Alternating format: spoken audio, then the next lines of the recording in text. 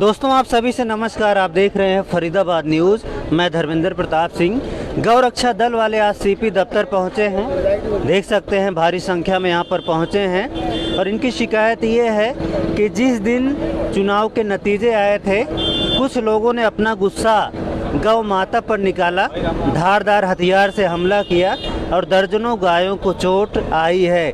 इस मामले में पल्ला थाना में और नवीन नगर पुलिस चौकी में शिकायत दर्ज है और शिकायत पर कार्रवाई की मांग की जा रही है कि सभी गायों का मेडिकल कराया जाए और उसके बाद उनको गिरफ्तार किया जाए जिन्होंने धारदार हथियार से उन पर हमला किया है। आइए थोड़ा सा बातचीत करेंगे। नमस्कार भाई साहब। नमस्कार। बजरंग दल वाले पहुँचे हैं, महिलाएं भी पहुँची हैं, बातचीत करेंगे, पूछेंगे भाई क्या मामला है और क्या मांगे। हाँ जी पुनीत जी, क्यों पहुँचे हैं इतनी भारी संख्या में, बताइए। भैया भारी संख्या में पहुंचने का एक कारण हमारा ये रहा है, तो मुद्दा है और मुद्दा इतना गंभीर है कि गाय हमारी आस्था का प्रतीक है। हमारे हिंदू धर्म में बच्चा पैदा होता है तो गौग्रास निकाला जाता है, कोई ख़त्म होता है तो गौग्रास निकाला जाता है और गाय को हम लोग पूछते भी बहुत हैं। सैकड़ों गाड़ियां भी पकड़ी हैं, सारे गौरक्षा दल बजरंग दल के हैं सारे भाई, सैकड़ों भाई यहाँ पे मौजूद हैं। अब समस्या एक आती है कि जिस दिन चुनाव का रिजल्ट आता है, लोकसभा चुनाव का 4 तारीख को, किसी समाज के खुरापाती आदमी ने 18 गौ माताओं को, पहले 16 की गिनती आई, कुछ गलियों में भाग गई, 2 बाद में मिली हैं, जिसमें 18 गौ माताओं को और लंबे लंबे धारदार हथियारों से बड़े लंबे लंबे कट दिए हैं जो 2-2 फुट गहरे मतलब लंबाई में कट हैं और इतने गहरे कि ना तो वो चक्कू से कट सकते ना वो तलवार से कट सकते। उनमें प्रॉपर हथियार यूज़ करे गए हैं जो गौ कटान में यूज़ होते हैं, क्योंकि गौकसी के बहुत से मुकदमे हमने पकड़े हैं ऐसे गाय काटते हुए, तो उसी तरीके के कट उसमें मतलब उन हथियारों का प्रयोग हुआ है। और सुनने में आया गुस्सा गौ माता पर निकाला है, आपका कहना है। ये सरासर दंगा भड़काने की कोशिश थी और फरीदाबाद में इस बात को बहुत ही दबा दिया गया था। 4 तारीख से लेकर आज ये छोटी घटना नहीं है किसी एक आध गाय। अभी आप देखोगे तो 17 की थाने में अभी पीछे 20-25 दिन पहले एक छोटे से बच्चे ने, उसका नाम मतलब जो भी था वो खान था, उसने जो उसमें कटान कराया गाय के, उसने गंडासा मार दिया था तो उसको बच्चा जेल में डाल दिया, उसकी जमानत हो गई। मतलब बच्चों को इस तरीके से एक्टिव करा जा रहा है कि गाय को काटना और हम उसका विरोध करें, विरोध प्रदर्शन। दूसरा, हर मंगलवार को हर जितने भी रिहायशी इलाके हैं उनमें अवैध मीट की दुकान घरों के सामने, मंदिरों के सामने, आसपास में खुल रही हैं।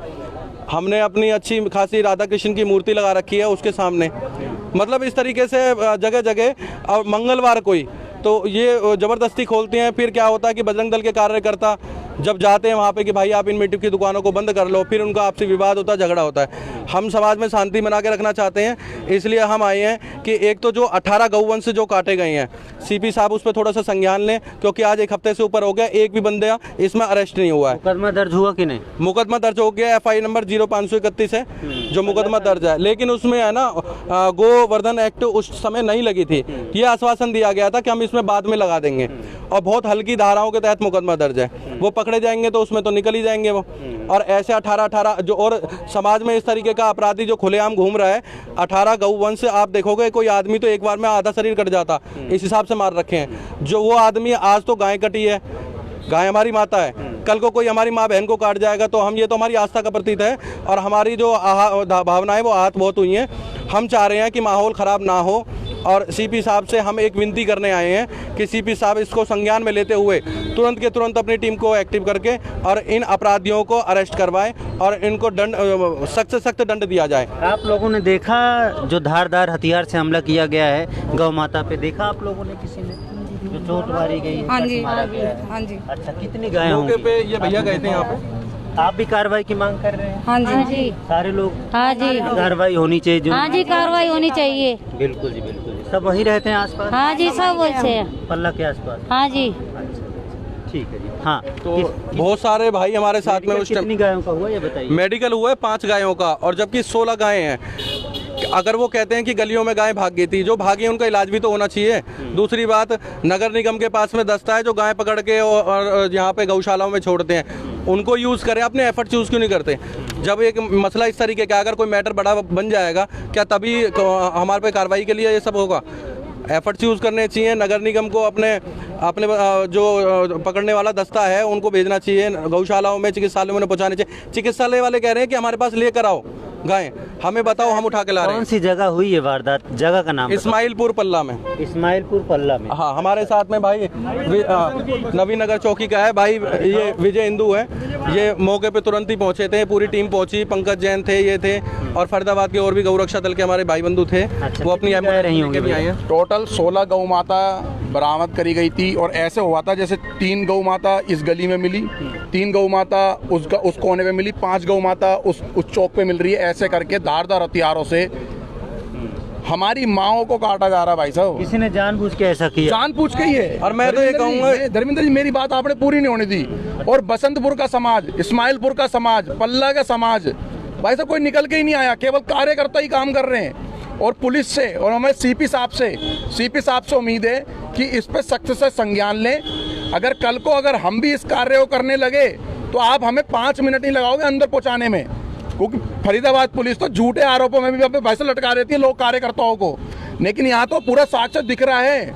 और 2 गौ माता जो अगले दिन मिली है, 16 के बाद अगले दिन 2 गौ माता मिली है, जो 18 टोटल गौ माता होगी है, और वहाँ पर 5 गौ माता की MLR को दिखाया जाता है। क्यों, ये क्या चल रहा है, ये कौन सा तंत्र चल रहा है, किस चीज़ को छुपाया जा रहा है, किस चीज़ को दबाया जा रहा है। मैं कह रहा हूँ इस चीज़ के लिए तो पूरे फरीदाबाद की जनता को, कितनी सारी पंचायतें होती हैं, सबको रोडों पे और चौकों पे निकलना चाहिए, क्योंकि गौ माता की बात है। गौ माता में आस्था बचपन से लेके बूढ़े तक रहती है, क्योंकि सबने गौ माता को अन्न खिलाया है, रोटी खिलाई है। हमला किया, आपका यही कहना था कि दंगा भड़काना चाहते थे? ये सरासर दंगा भड़काने की थी, भड़काओ लोग घरों क्योंकि कोई मिल जाता और गुस्से में, गरम में बजरंग दल के किसी कार्यकर्ता से कोई हरकत हो जाती तो माहौल बिगड़ता चले जाता, अरेस्टिंग होती चली जाती, और ये बहुत बड़ा दंगा बन जाता। अभी नूह का दंगा शांत नहीं हुआ, दोबारा दंगा भड़काने की कोशिश की गई है, और हम शांतिप्रिय तरीके से अपनी एक शिकायत और विनती करने सीपी साहब के पास आए हैं, क्योंकि हमें इतना आश्वासन है सीपी साहब की तरफ से कि हम इतना संतुष्ट हैं कि भाई उन्होंने इससे पहले भी बहुत सख्त कदम लिए हैं। अगर किसी ने हरकत करी है तुरंत पुलिस वाला भी सस्पेंड करा है, अगर कोई हरकत समाज में करता है तो तुरंत अंदर भी गया है।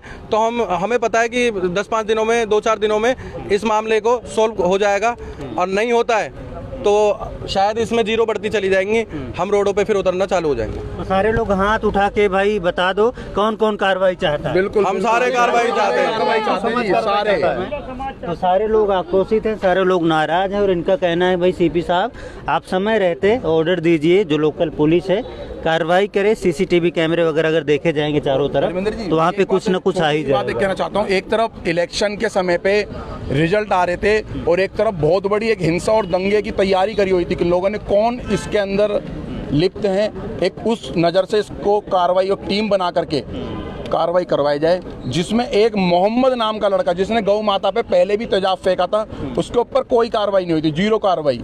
उसके अंदर हमें ऐसा लगता है कि उसका भी हाथ हो सकता है पूरा। अगर 2-4-5 अगर उस इलाके के जो पहले से एक्टिव हैं इस चीज सब चीज़ों में पकड़े जाएंगे तो पूरी चेन पकड़ी जाएगी। क्या हिंसा, क्या दंगा भड़काना चाहिए। बहुत सारी इस तरीके की हरकत हो रही है। अभी एक मसला और भी था, मतलब मसले तो बहुत हैं समाज में, बस पुलिस को एक्टिव है कि कहीं सरकारी ज़मीनों पे कब्जे हो रहे हैं, डिस्पेंसरी पे जैसे रामनगर में एक बता रहे हैं, कहीं कुछ हो रहा है। हमें दिख रहा है कि प्रशासन थोड़ा सा इस टाइम ढीला है। सीपी साहब को इस पे है ना सख्त आदेश कर देने चाहिए कि जो भी है कोई हरकत कर रहा है उसे तुरंत उठा के अंदर करें। ये वहाँ क्या कौन सा कब्जा कर रहा है भैया, ये भी बता दो तो। ये रामनगर कॉलोनी है, बाटा फ्लाईओवर के नीचे। तो वहाँ पर एक कॉलोनी बसी हुई है, तो वहाँ पर एक बंगाली है, उसका नारायण बंगाली है, तो उसने क्या है बहुत अवैध कब्जा कर रखा है। कल भी हिंसा भड़काने का इसने बंगाली ने काम किया था, कल भी वहाँ पर पुलिस प्रशासन मौके पे पहुँच गया था, तो उन्होंने जो है बात को वहाँ पर संभाला जाके। वैसे कैसे कब्जा कर रहा है जो है, अब यही समझ में नहीं आता ना, या तो कुछ पुलिस प्रशासन है, कुछ उनकी डील है, कुछ पुलिस तो नहीं MCF के अंडर में, MCF के अंडर में आता है, तो वहाँ पर पुलिस पहुंची थी मौके पर। कल भी वहाँ पर दंगा हो सकता था। जो बंगाली है उसने कब्जा कर रखा है, उसका ट्रक वगैरह का काम है, और कॉलोनी में उसने इतना परेशान कर रखा है कि पूरी कॉलोनी वासी को परेशान कर रखा है।